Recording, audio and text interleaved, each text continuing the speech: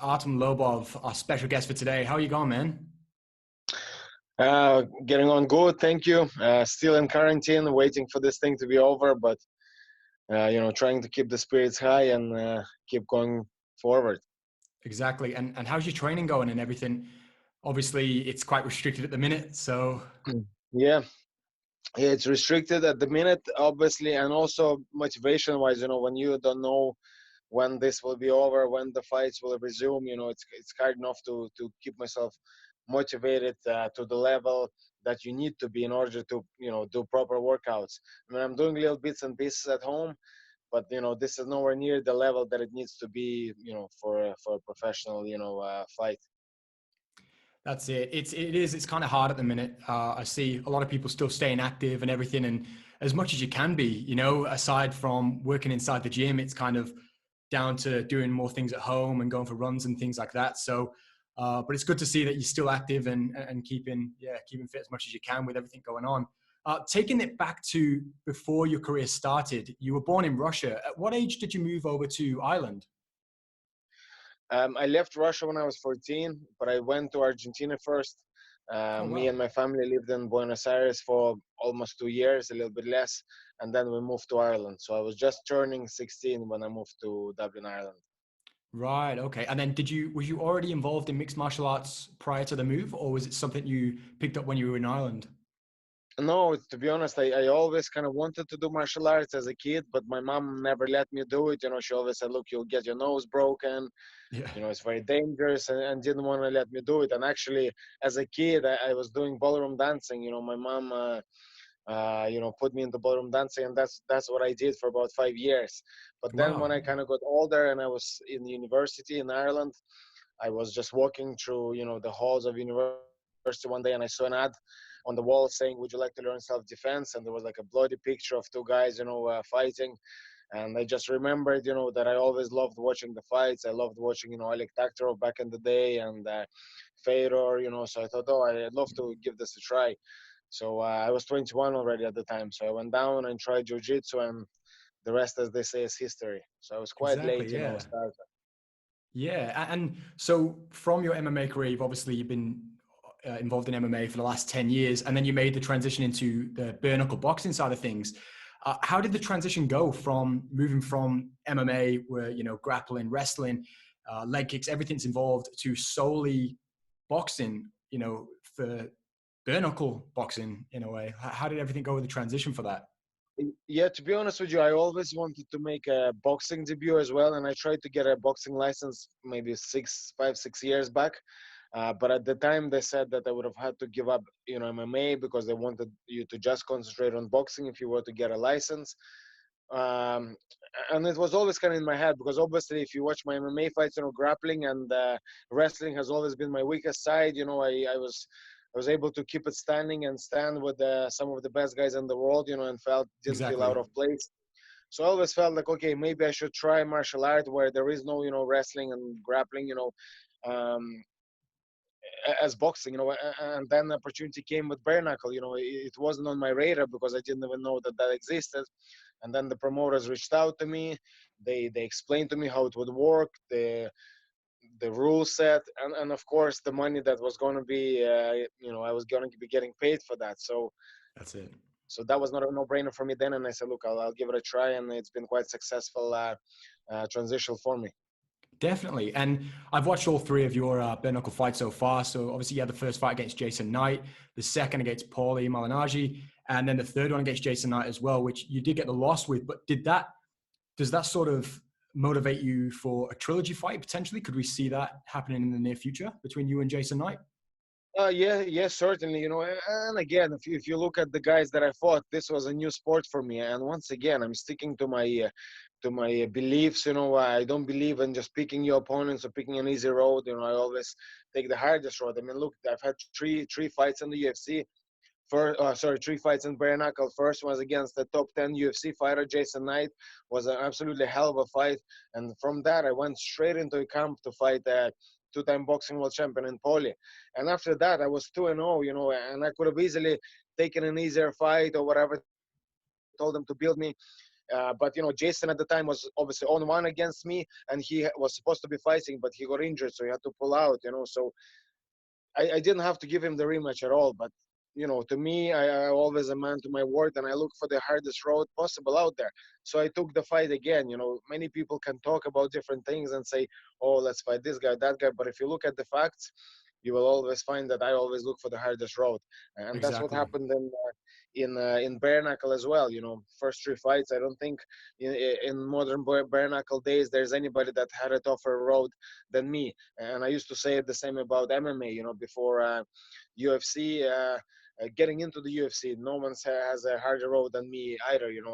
Back in the day, I actually used to put out a challenge saying that if there's any European fighter that can show me that he's had a tougher road than me into the UFC, I'll be happy to help him get into the UFC, and take the fight against him. And nobody ever stepped forward. So yeah, I hope to continue the same journey.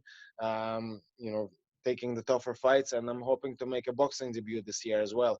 And once again, I'm not going to be looking to get myself built up or look for no easy fights. I'll go straight in the mix and try to fight the best guys available. No one can argue that you haven't had or you haven't accepted the toughest fights, man. That's completely true. Your road, as you said, through mixed martial arts and the start of your career, as you said, in bare knuckle, has been tough opponents, and in bare knuckle, more experienced opponents when it comes to bare knuckle boxing. And you've put up a fight, and I'm looking forward to seeing you back in the ring again soon. Is there any opponents? Obviously, at the minute, it's unprecedented times, so it's kind of hard to see if there's any opponents being matched right now, or any fights, sorry, being matched.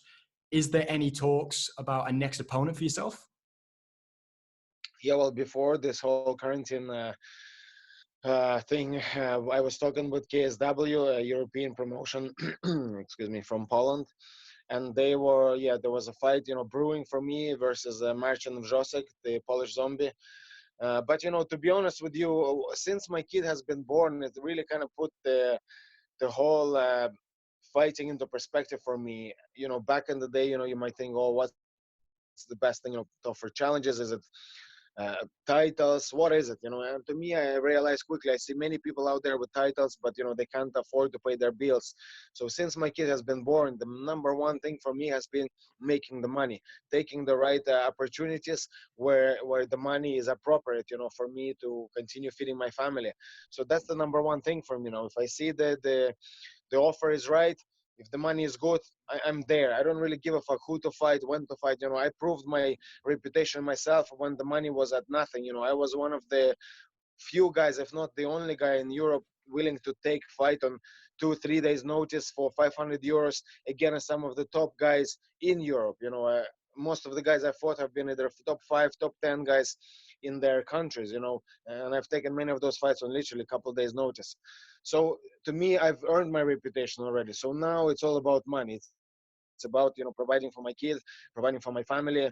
Once the offer makes sense financially, let's do it. I don't give a fuck what weight class it is. I don't give a fuck what sport it is. I don't give a fuck who it is against, when. Don't even tell me who the opponent is. Just tell me date and time and the weight I need to be, and I'll show up and let the opponent be a surprise. As long as that paycheck makes me happy, we're on. I love that, man. I do. I really do. That's it's exciting.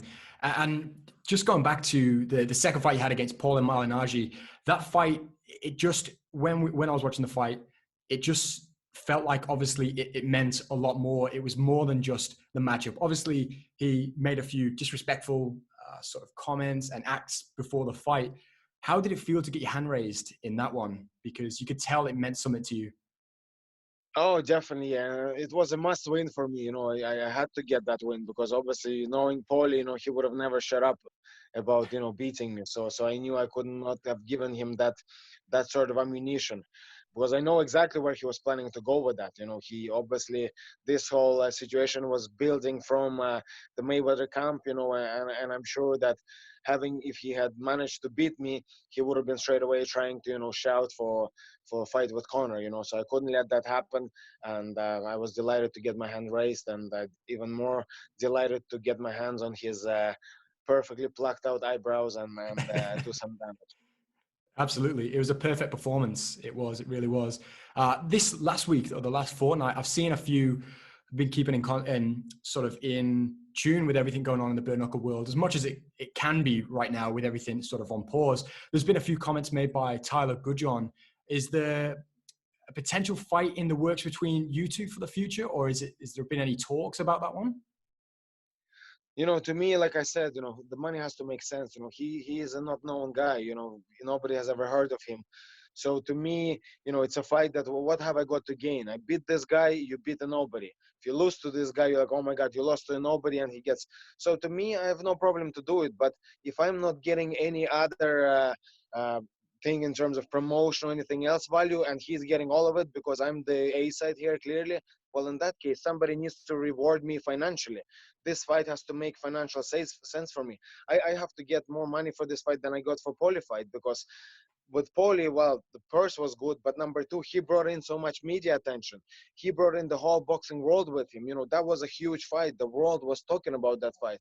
So not only was I rewarded financially, I was also rewarded through media exposure and as such.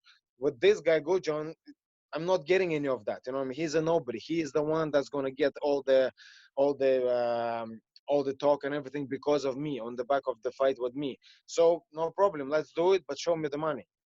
Yeah, Other than that, you show me the paycheck, I show up.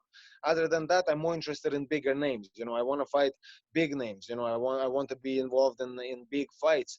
I'm hoping to make boxing debut. There was talks potentially boxing Poly in the boxing rule fight, or maybe even Amir Khan. I mean, those are the names that are that I'm in talks with. And you want me to fight some nobody guy? You know what I mean? I'm sure he probably is a tough fighter and's got skill set, but you know how many tough nobodies are out there? Loads. There's thousands and thousands and thousands of guys out there that are extremely tough, very good fighters, but they've never been heard of. But this is the business of where you need to be somebody. This is a business where you need to be talked about. This is the business where people need to know who you are in order to get the paydays. And if you are somebody that doesn't have a name, well, then you need to make sure that the other person gets rewarded appropriately in order for them to take the fight. So that's all it comes down to me. But yeah, as to taking the fight, no problem. There's one guy that doesn't need to say that he is ready to take on anybody, and that's me. The world knows. If you ask people in the know, like matchmakers, fighters in Europe, you will know very quickly that I'm one of the few guys that took on any challenges at any time on the shortest of notice against at any weight class, whatever. So absolutely. And would there ever be any temptation to go back to mixed martial arts and have another bout in MMA, or would you sort of want the foreseeable future to be mainly bare knuckle boxing or boxing, as you said before as well?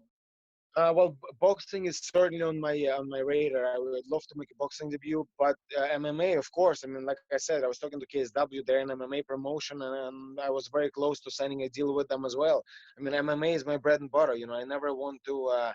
I'm not going to run away from it. I will definitely be back there for some more success. To me, MMA, that's the ultimate sport, with the sport that combines all the martial arts, into it. I mean, yes, it was okay for me to just say, okay, let me just take my strongest part, which is boxing, and just compete in that for a while in order to make some money. But I'm certainly not just turning away from MMA. I will be back in MMA, and I want to do, some big fights in MMA world as well.